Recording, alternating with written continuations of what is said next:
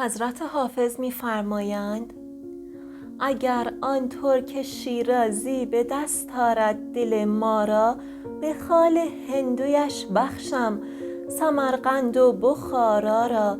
بده ساقی می باقی که در جنت نخواهی یافت، کنار آب رکناباد و گلگشت مصلا را. فغان کاین لولیان شوخ شیرین کار شهرآشوب چنان بردند صبر از دل که ترکان خوان یغما را. ز عشق ناتمام ما جمال یار مستغنی است، به آب و رنگ و خال و خط چه حاجت روی زیبا را. من از آن حسن روزافزون که یوسف داشت دانستم، که عشق از پرده عصمت برون آرد زلیخا را. اگر دشنام فرمایی وگر نفرین دعاگویم، جواب تلخ میزیبد لب لعل شکرخا را.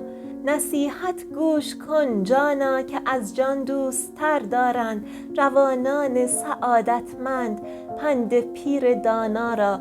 حدیث از مطرب و می گوی و راز دهر کمتر جو، که کس نگشود و نگشاید به حکمت این معما را. غزل گفتی و در سفتی، بیا و خوش بخوان حافظ، که بر نظم تو افشاند فلک عقد ثریا را.